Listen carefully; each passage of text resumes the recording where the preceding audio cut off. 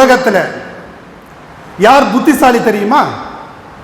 நாம் நினைக்கிறோம், நாம் இறந்து விட்டால் என்னுடைய பெற்றோர்கள் எனக்காக துவா செய்வார்கள், நான் இறந்து விட்டால் மனைவி மக்கள் எனக்காக துவா செய்வார்கள், நான் இறந்து விட்டால் என்னுடைய சொந்த பந்தங்கள் எனக்காக துவா செய்வார்கள், நான் இறந்து விட்டால் என்னுடைய உறவினர்கள் துவா செய்வார்கள், நான் இறந்து விட்டால் என்னுடைய நண்பர்கள் துவா செய்வார்கள் என்று நாம் நினைக்கிறோம்.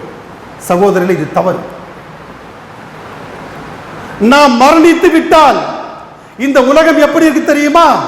ஒரு மனிதன் இறந்து விட்டு அடக்கம் செய்த பிறகு எல்லாம் மறந்து விடுகிறார்கள். உனக்காக வேண்டிய குர்ஆன் ஓதுவாங்களா?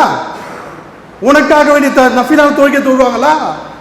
உனக்காக வேண்டிய நஃபிலா நோன்பு நோற்று ஈசால அனுப்புவாங்களா? உயிரோடு இருக்கும்போது ஒருத்தன் இன்னொருத்தருக்கு சலாம் பண்ண மாட்டாங்கிறாங்க.